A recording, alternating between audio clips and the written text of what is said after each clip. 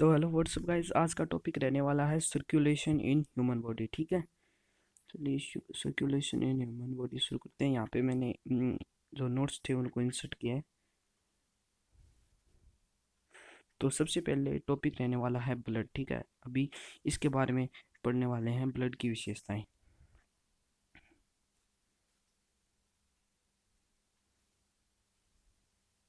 ठीक है, सबसे पहले रक्त। रक्त होता है उत्पत्ति में मेसोडर्मल, ये याद रखना, रक्त उत्पत्ति में होता है मेसोडर्मल। और यदि पूरे शरीर को 100% मान ले तो उसमें से रक्त का टोटल पार्ट होता है 6 से 8%। ठीक है, तो रक्त का टोटल पार्ट होता है 6 से 8%। रक्त का पीएच होता है 7.4, मतलब हल्का क्षारीय है। हल्का क्षारीय पीएच होता है रक्त का। ठीक है,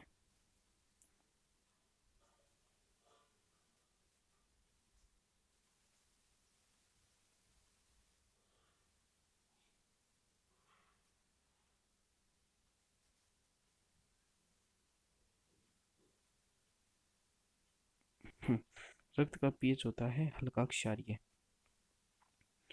और अभी है, रक्त के अंदर पाए जाने वाले 3 तरह के प्रोटीन पाए जाते हैं रक्त में। उनमें से सबसे पहला है एल्ब्यूमिन। एल्ब्यूमिन एल्ब्यूमिन शरीर में, रक्त में पाए जाने वाला सर्वाधिक पाए जाने वाला प्रोटीन है। इसकी मात्रा अधिक होती है। ठीक है, इसकी मात्रा अधिक होती है। इसका कार्य होता है परासरण नियमन का, इसका कार्य होता है। और इसका आकार होता है, जो वो होता है सबसे छोटा। इसकी मात्रा तो एल्ब्यूमिन के शरीर में सबसे ज़्यादा होती है, और इसका जो आकार होता है वो होता है सबसे छोटा। ठीक है,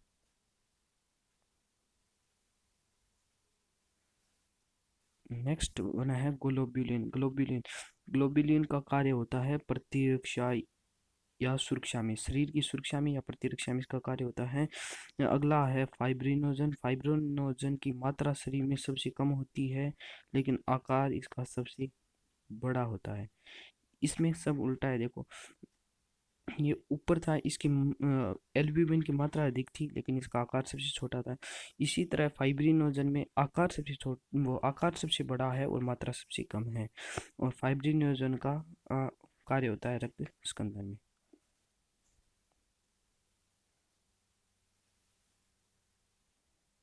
नेक्स्ट अभी पढ़ने वाले हैं आरबीसी। ठीक है, नेक्स्ट टॉपिक रहेगा आर बी सी।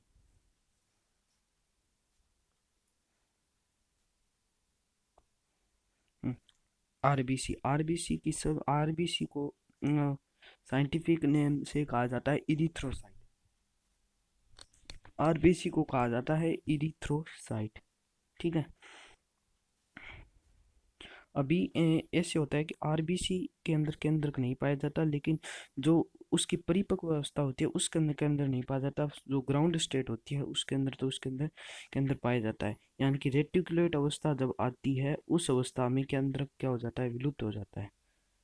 ठीक है, और आरबीसी के निर्माण की प्रक्रिया, अभी आरबीसी को कहते हैं इरिथ्रोसाइट, तो इसके निर्माण की प्रक्रिया होगी इरिथ्रोपोइसिस। ठीक है, और इसका जो निर्माण करने वाला हार्मोन होता है उसको कहते हैं,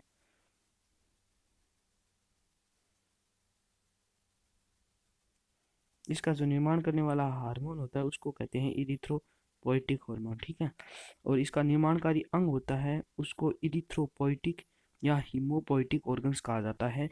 आरबीसी की संख्या होती है 5 से 5.1 मिलियन पर mm क्यूब। ठीक है, 5 से 5.1 मिलियन पर mm क्यूब, मतलब 1 mm क्यूब क्षेत्रफल, 1 mm लंबाई वाले क्षेत्रफल में उसका आयतन 5 से 5.1 मिलियन तक हो सकता है। आरबीसी का जो जीवन काल होता है वो होता है, आरबीसी का जीवन काल होता है वो होता है 120 डेज, यानी कि 4 महीने का जीवन काल होता है। आरबीसी करती है अवायवीय श्वसन। अब ये कारण पूछा जा सकता है, आई आरबीसी अवायवीय श्वसन क्यों करती है? इसका कारण, क्योंकि हमने पढ़ा है आरबीसी आरबीसी के अंदर केंद्रक न्यूक्लियस भी नहीं पाया जाता।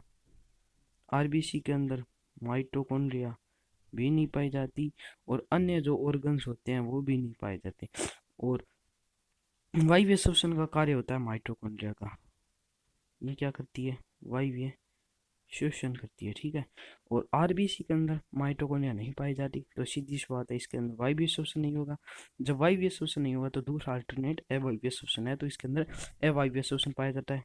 कोशिकांग अनुपस्थित होंगे आरबीसी में, कोशिकांग कोई भी कोशिकांग नहीं है, कोशिकांग अनुपस्थित है। और जो कोशिका झिल्ली, कोशिका भित्ति या फिर प्लाज्मा झिल्ली या कोशिका भित्ति का अध्ययन करने के लिए सर्वाधिक सुलभ होती है आरबीसी, क्योंकि आरबीसी के अंदर कोई कोशिका नहीं पाया जाता। आरबीसी के अंदर आरबीसी के अंदर सिर्फ भित्तियां पाई जाती है। ये हो गई अपनी प्लाज्मा झिल्ली और कोशिका भित्ति, तो इनका अध्ययन आसानी से किया जा सकता है क्योंकि अन्य कोई ऑर्गन इसके अंदर नहीं पाया जाता, ठीक है।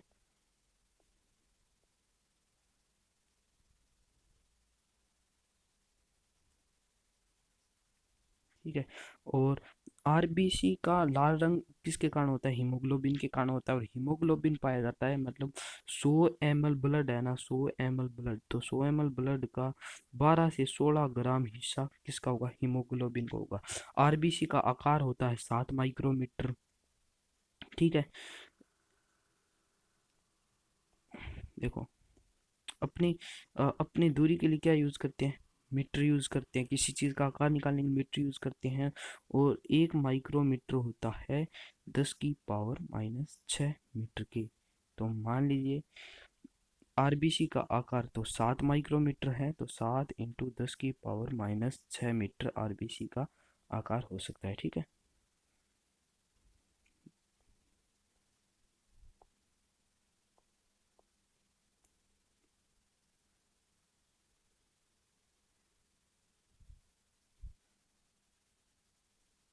ठीक है, ये पेज कंप्लीट हो गया। Next page. अभी आरबीसी का ये तो आ ही गया, आरबीसी का जीवन का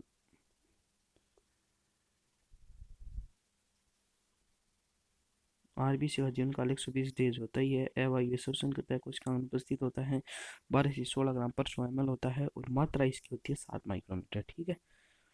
अभी अभी नेक्स्ट टॉपिक है वो है आरबीसी की अगर मात्रा बढ़ जाए तो उससे कौन सी डिजीज होती है, और आरबीसी की मात्रा अगर कम हो जाए तो उससे कौन सी डिजीज होती है, ठीक है। अगर आरबीसी की मात्रा बढ़ जाए, यानी कि एरो का एरो ऊपर होने का मतलब मात्रा बढ़ना, मात्रा बढ़ना, आरबीसी की मात्रा बढ़ जाए तो रोग होगा पॉलीसाइथीमिया। पॉलीसाइथीमिया, पॉली का अर्थ होता है ज्यादा तो मात्रा बढ़ने से मतलब हो गया पॉलीसाइथीमिया, ठीक है। और एरो का तीर नीचे मतलब मात्रा घटना, तो ये नॉर्मल डिजीज है। आरबीसी की मात्रा घटने से होता है एनीमिया। अभी एनीमिया भी कई प्रकार के हो सकते हैं। तो एनीमिया का फर्स्ट टाइप है FE।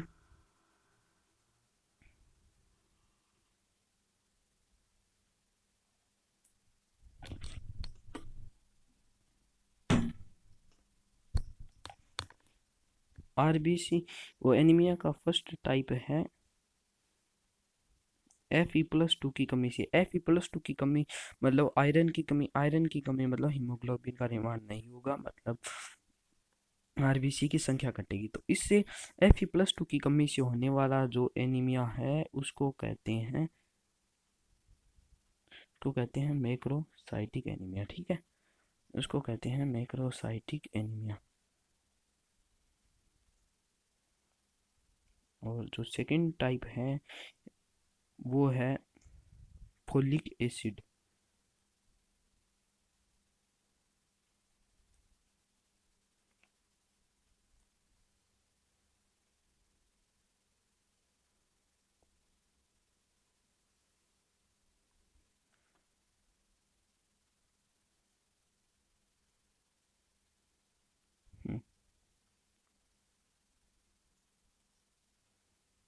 नेक्स्ट टाइप है फोलिक एसिड। फोलिक एसिड कहते हैं विटामिन B9 को। विटामिन वाली टेबल होती है उसके अंदर विटामिन B9 को कहा जाता है फोलिक एसिड, इसका साइंटिफिक नाम होता है, ठीक है। जैसे तो इसके अंदर हाँ, विटामिन B9 की कमी से हो जाता है मैक्रोसाइटिक या मेगलोब्लास्टिक एनीमिया। मैक्रोसाइ मैक्रोसाइटिक या मेगलोब्लास्टिक एनीमिया हो जाता है। और फिर है विटामिन B12। B12 नाम है, B12 कहते हैं, विटामिन B12 को कहते हैं साइनोकोबालामिन, और साइनोकोबालामिन की कमी से हो जाता है परनीशियस एनीमिया। इसको सही शेप में कर देते हैं और इसका रिवीजन देखिए, ठीक है। अगर मात्रा बढ़ जाएगी तो होगा पॉलीसाइथीमिया, और मात्रा अगर कम हो जाएगी तो एनीमिया होगा। एनीमिया भी तीन प्रकार के हो सकते हैं। पहला Fe+2 की कमी से होता है जिसे कहते हैं माइक्रोसाइटिक एनीमिया, और दूसरा होता है फोलिक एसिड यानी कि विटामिन B9 की कमी से होता है जिसे कहते हैं मैक्रोसाइटिक या मेगलोब्लास्टिक एनीमिया। तीसरा होता है विटामिन B12 या साइनोकोबालामिन की कमी से होता है जिसे कहते हैं परनीशियस एनीमिया, ठीक है। नेक्स्ट नेक्स्ट अभी पढ़ने वाला है, यह है चित्र WBC का। WBC वाइट ब्लड सेल्स, इनको क्या कहा जाता है? इनको कहा जाता है ल्यूकोसाइट, ठीक है। इनका अदर नेम है ल्यूकोसाइट। तो WBC को क्या कहा जाता है? ल्यूकोसाइट कहा जाता है। WBC की संख्या 6000 से 8000 पर mm³ होती है, ठीक है। WBC का जीवन काल इसका निश्चित नहीं होता, लेकिन इसका लगभग एवरेज निकाल के 10 से 12 डेज लिया जाता है, ठीक है। अगर इसका WBC की अगर मात्रा बढ़ती है, सिंगल एरो ऊपर मतलब मात्रा बढ़ेगी तो होगा ल्यूकोसाइटोसिस। ल्यूकोसाइटोसिस एक तरह का एलर्जी का विकार है, ठीक है। ये शरीर में एलर्जी उत्पादक होता है। और तीर का चिन्ह नीचे मतलब मात्रा घटेगी, और मात्रा घटने से होगा ल्यूकोसाइटोपिनिया। ल्यूकोसाइटोपिनिया को कहते हैं टाइफाइड। टाइफाइड अपनी नॉर्मल भाषा में कहते हैं, और इसको साइंटिफिक नेम के रूप में इसको कहा जाता है ल्यूकोसाइटोपिनिया, ठीक है। मात्रा बढ़ डबल एरो पर मतलब मात्रा बहुत बहुत ज़्यादा बढ़ जाना, बहुत बहुत ज़्यादा बढ़ जाने को कहते हैं ल्यूकेमिया। और ल्यूकेमिया सबसे फर्स्ट फेमस वर्ड रहता है, यानी कि ब्लड कैंसर के लिए यूज़ किया जाता है ल्यूकेमिया। यानी कि अगर मात्रा बहुत ज़्यादा बढ़ जाती है तो ब्लड कैंसर हो जाता है, जो ल्यूकेमिया कहलाता है, ठीक है। नेक्स्ट अभी बेसोफिल वो WBC होती है। WBC में कई तरह के टाइप्स भी होते हैं, ठीक है। तो WBC का फर्स्ट टाइप है बेसोफिल। बेसोफिल की शरीर में मात्रा होती है 0.5 से 1%। बेसोफिल बेसो मतलब होता है क्षार, बेस क्षार के लिए आता है, तो ये होती है क्षारीय, ठीक है। और इसका जो केंद्रक होता है वो होता है एस सेफ। देखो बेसोफिल, ये रही बेसोफिल, ठीक है। ये है बेसोफिल। बेसोफिल में ये देखो एस शेप का केंद्रक है, ठीक है।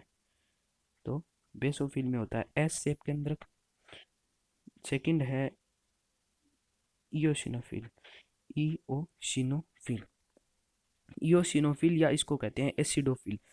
इसको एसिडोफिल भी कहा जाता है। एसिड फिल में जो एसिड वर्ड है वो आता है अम्लीय के लिए, और शरीर में इसकी मात्रा होती है 2 से 3%। यानी कि ब्लड के अंदर जो WBC पाई जाती है उनमें इसकी मात्रा होती है 2 से 3%। और इसके अंदर जो केंद्रक होता है वो होता है बाइलोब्ड केंद्र, यानी कि द्विपालित केंद्र, हेडफोन के आकार का, ठीक है। द्विपालित केंद्र, ये देखिए बेसोफिल का ओ हाँ इयोसिनोफिल में यह द्विपालित केंद्रक लाइक ए हेडफोन, ठीक है।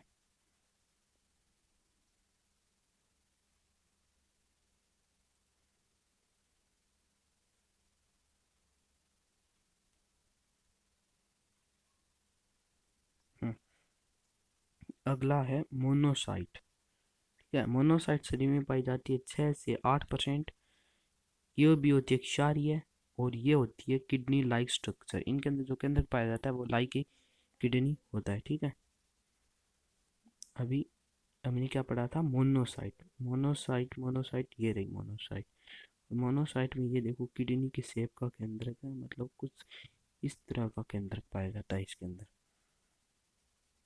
और फिर अगली है लिम्फोसाइट। लिम्फोसाइट शरीर में पाई जाती है 20 से 25%। लिम्फोसाइट भी क्षारीय होती है और इसका जो केंद्रक होता है वो होता है राउंड शेप, यानी कि चकती या तस्तरी के आकार का इसका केंद्र पाया जाता है। हमने क्या पढ़ी थी, लिम्फोसाइट, और ये रही लिम्फोसाइट, और लिम्फोसाइट में ये रहा केंद्रक गोल आकार का। ठीक है, फिर नेक्स्ट है न्यूट्रोफिल। यह है न्यूट्रोफिल। न्यूट्रोफिल पाई जाती है 60 से 65%, सर्वाधिक पाई जाती है न्यूट्रोफिल। न्यूट्रोफिल में न्यूट्रल ले लिया, मतलब न्यूट्रल, न्यूट्रल का मतलब होता है, न्यूट्रल का मतलब होता है उदासीन। तो ये उदासीन प्रकृति की होती है। ये पोलीलोब्ड, मतलब बहुत सारी जो पालियां होती है उनसे मिलकर बनी होती है, और ये रही न्यूट्रोफिल, और ये बहुत सारी पालियों से मिलकर बनी है। ठीक है, ये है न्यूट्रोफिल।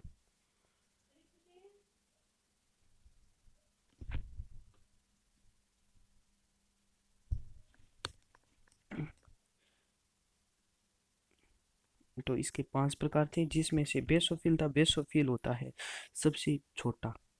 बेसो बेसोफिल सबसे छोटा है, सबसे कम मात्रा में पाया जाता है, क्षारीय प्रकृति का होता है। इयोसिनोफिल जो दूसरे नंबर पे सर्वाधिक पाया जाता है, ये होता है अम्लीय प्रकृति का होता है इयोसिनोफिल। इयोसिनोफिल या एसिडोफिल। फिर आता है मोनोसाइट जिसकी मात्रा 6 से 8% होती है, क्षारीय प्रकृति का होता है। फिर आता है लिम्फोसाइट जिसकी मात्रा 20 से 25% होती है, ये भी होता है क्षारीय प्रकृति का। फिर आता है न्यूट्रोफिल जिसकी मात्रा 60 से 65% होती है, ये भी उदासीन होता है। और इनके अंदर केंद्र की स्ट्रक्चर याद रखना, इसी मिलान वाला क्वेश्चन आता है। बेसोफिल होता है एस शेप का। इयोसिनोफिल इयोसिनोफिल होता है बाइलोब। मोनोसाइट में किडनी लाइक स्ट्रक्चर होती है। लिम्फोसाइट होता है राउंड शेप स्ट्रक्चर। न्यूट्रोफिल में होता है पोलीलॉब केंद्रक। चलिए, इसके अंदर स्ट्रक्चर से मिलाने वाला क्वेश्चन आता है, और अभी एक इसका क्रम पूछा जाता है। ठीक है, क्रम के लिए याद रखना होता है बे मिलन। ये एक तरह से ट्रिक है, जिसमें बी का मतलब होता है बेसोफिल, ई का मतलब होता है इयोसिनोफिल, एम का मतलब होता है मोनोसाइट, एल का मतलब होता है लिम्फोसाइट, और एन का मतलब होता है न्यूट्रोफिल। ठीक है, अभी इसमें ऐसे क्रम पूछा जाता है, या तो कम से अधिक मात्रा की तरफ बताइए, तब बताना है बे मिलन, यानी कि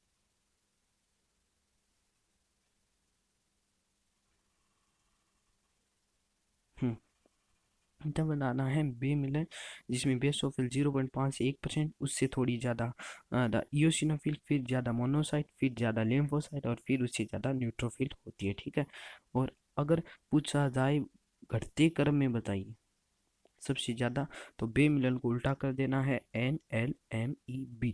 N neutrophil, N lymphocyte, N monocyte, E eosinophil, and B basophil. इससे ये जो टेबल है, इससे 3 ही तरह के क्वेश्चन बन सकते हैं। पहला, इनकी मात्रा डायरेक्ट पूछ सकता है, इसको घटते या बढ़ते क्रम में पूछ सकता है, और इनके अंदर जो वो केंद्र की शेप है उससे मिलाने वाला क्वेश्चन आ सकता है। ठीक है, तो नेक्स्ट, अभी इनका वर्णन भी करना है। बेसोफिल बेसोफिल की मात्रा कितनी थी? बेसोफिल की मात्रा थी 0.5 से 1%। ठीक है, कितनी थी मात्रा? 0.5 से 1%। कौन सी प्रकृति की थी? क्षारीय प्रकृति की थी। केंद्र की जो शेप थी वो किस तरह की थी? क्षारीय प्रकृति की थी, केंद्र की शेप एस आकार की थी।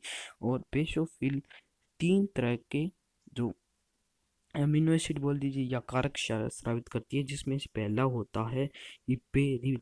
इपेरिन होता है प्रतिस्कंदक, मतलब थक्का बनने से रोकने वाला। ब्लड होता है वो शरीर के अंदर बहता रहता है, अगर थक्का मतलब क्लोटिंग हो जाए ब्लड की, तो रक्त वाहिनियों में रक्त का प्रवाह बंद हो जाएगा और व्यक्ति की मृत्यु हो जाएगी। हार्ट अटैक आने पे भी हिपेरिन का इंजेक्शन बाहर से लगाया जाता है, जो ब्लड वेसल्स होती हैं उनके अंदर बनने वाली थक्की को रोकता है, तो हिपेरिन। तीसरा होता है हिस्टामिन। हिस्टामिन वाहिनी प्रसारक मतलब वाहिनियों के आकार को बढ़ाता है। ठीक है, एक बात बताइए, ये वाहिनी अगर इसके आकार को बढ़ाएगा, अगर आकार को बढ़ा दिया तो बीपी का मान क्या होगा? वाहिनी के आकार को बढ़ा दिया तो ब्लड प्रेशर कम पड़ेगा, मतलब बीपी का मान हो जाएगा कम। और अगर वाहिनी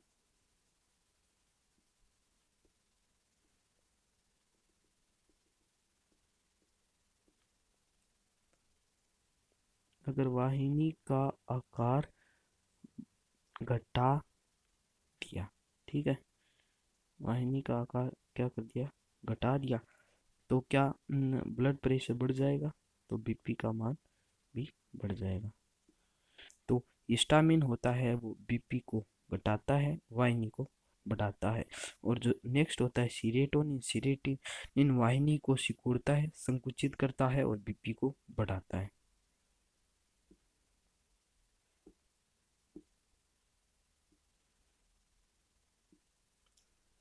अगला है इयोसिनोफिल या एसिडोफिल। इयोसिनोफिल की शरीर में मात्रा होती है 2 से 3%। शरीर में इसकी मात्रा होती शरीर में इसकी मात्रा होती है 2 से 3%। अम्लीय प्रकृति का होता है, बाइलोब्ड यानी कि द्विपालित के अंदर पाया जाता है, और इसका कार्य होता है हिस्टामिनेज एंजाइम को स्रावित करता है, और इयोसिनोफिल एलर्जी की क्रियाओं के लिए आवश्यक होता है। नेक्स्ट है मोनोसाइट। मोनोसाइट सबसे बड़ी डब्ल्यूबीसी होती है। ऐसे पूछ ले सबसे ज्यादा संख्या वाली डब्ल्यूबीसी तो आएगा न्यूट्रोफिल, और सबसे बड़ी डब्ल्यूबीसी पूछ लिया जाए तो आएगा मोनोसाइट। ठीक है, मोनोसाइट कौन सी प्रकृति की होती है? भक्षाणु प्रकृति की होती है, भक्षाणु क्रिया के लिए उत्तरदायी होती है। ठीक है, मोनोसाइट की अगर मात्रा पूछ ली जाए तो मोनोसाइट की मात्रा थी अपने पास 6 से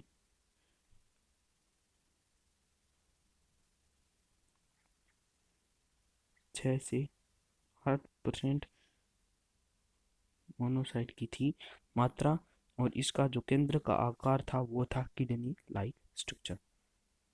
ठीक है, नेक्स्ट है लिम्फोसाइट।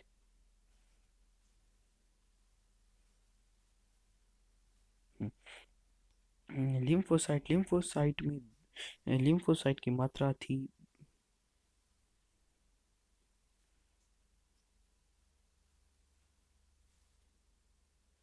लिम्फोसाइट की मात्रा थी 20 से 25%, और इसका केंद्र था वो था राउंड शेप, दस्तरी नुमा। और लिम्फोसाइट दो तरह के हो सकते हैं। पहला होता है टी लिम्फोसाइट, जिसका थाइमस ग्रंथि में परिपक्वन होता है। दूसरा होता है बी लिम्फोसाइट, जिसका परिपक्वन बोन मेरो में होता है। ठीक है, टी लिम्फोसाइट पहले बनेगा, थाइमस ग्रंथि में बनेगा, और ये बोन मेरो को प्रेरित करेगा, प्रेरण करेगा, और वो क्या का निर्माण करेगा? बी लिम्फोसाइट का निर्माण करेगा, और बी लिम्फोसाइट एंटीबॉडीज का निर्माण करेगा, मतलब प्लाज्मा में एंटीबॉडी का निर्माण करेगा, बाहर से आने वाले रोगाणुओं को नष्ट करने का कार्य करेगा। मतलब बाहर से आने वाले रोगाणुओं को नष्ट करने का कार्य करता है, मतलब शरीर में किसका उत्पादन करता है? प्रतिरक्षा का उत्पादन करता है। ठीक है, चलिए जल्दी जल्दी रिविजन कर लेते हैं पूरी का।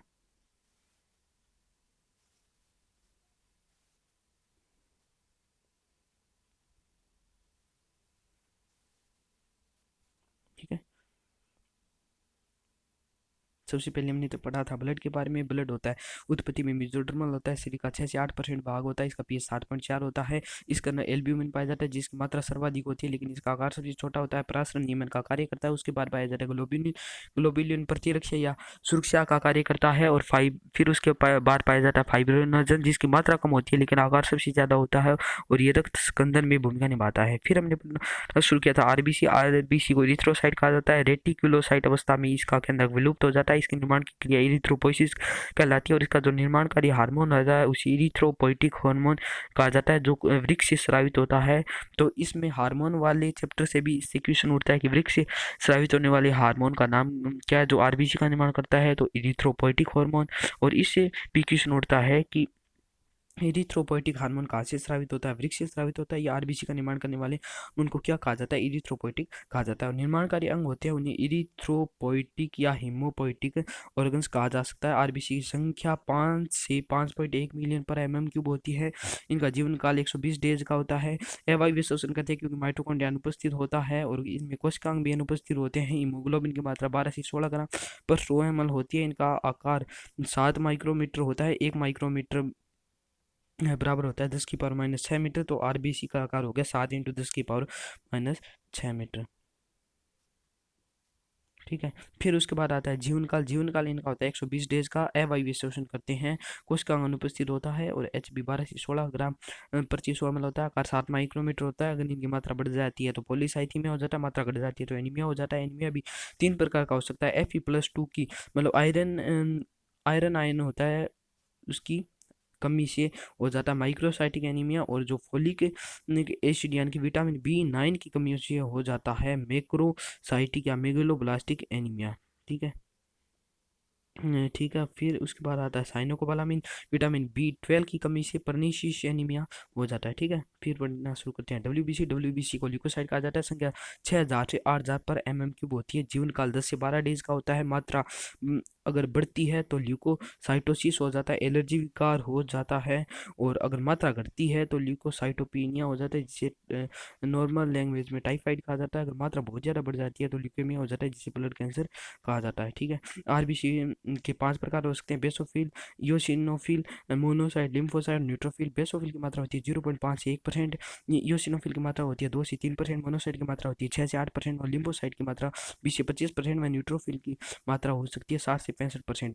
बेसोफिल में बेस क्षारीय प्रकृति का होता है। इयोसिनोफिल या एसिडोफिल यानी कि एसिड तो अम्लीय प्रकृति का हो सकता है। मोनोसाइट क्षारीय प्रकृति का होता है। और मोनो नाम इसका सबसे छोटा है लेकिन ये सबसे बड़ी होती है, तो सबसे बड़ी WBC है मोनोसाइट। फिर लिम्फोसाइट क्षारीय प्रकृति की होती है। न्यूट्रोफिल में न्यूट्रो यानी कि न्यूट्रल होता है, उदासीन। बेसोफिल में होता है एस आकार का केंद्रक। फिर इयोसिनोफिल में होता है द्विपालित या बाइलोब्ड केंद्रक। फिर उसके बाद में मोनोसाइट में होता है किडनी लाइक केंद्रक। और फिर उसके बाद में आता है लिम्फोसाइट में होता है राउंड शेप केंद्रक। और न्यूट्रोफिल में होता है 60-65% इसकी मात्रा होती है, उदासीन होता है और पॉलीलोब्ड होता है, बहु पालित होता है। ठीक है। फिर बेसोफिल 3 तरह की कारक स्रावित करता है। इपेरिन जो प्रतिस्कंदन का कार्य करता है, मतलब क्लोटिंग को रोकता है, इसको क्लोट बस्टर भी कहा जा सकता है। हिस्टामिन वाहिनी प्रसार का कार्य करता है। वाहिनी का प्रसार करेगा तो BP को घटाएगा। और अगर सीरोटोनिन स्रावित करेगा मतलब वाहिनी को संकुचित करेगा तो BP को बढ़ाएगा। ठीक है। इयोसिनोफिल या एसिडोफिल जिसकी 2 से 3% मात्रा होती है, हिस्टामिनेज एंजाइम का स्रावित करता है और एलर्जी क्रिया में भूमिका निभाता है। ठीक है। फिर आता है मोनोसाइट 6 से 8% होती है मात्रा इनकी, लेकिन नाम तो मोनो छोटे के लिए आता है, लेकिन ये WBC सबसे बड़ी होती है और ये भक्षाणु प्रकृति की हो सकती है। इसमें से जो मोस्ट बनने वाला क्वेश्चन है वो ये रहेगा, गोल्डन कलर। फिर ये भक्षाणु प्रकृति की होती है। फिर लिम्फोसाइट आता है। लिम्फोसाइट 2 तरह के होते हैं, टी लिम्फोसाइट और बी लिम्फोसाइट। और टी लिम्फोसाइट का परिपक्वन थाइमस ग्रंथि में होता है। टी लिम्फोसाइट थाइमस ग्रंथि परिपक्वित होकर बोन मेरो को प्रेरित करते हैं और बोन मेरो बी लिम्फोसाइट का निर्माण करता है और उसका परिपक्वन करता है। और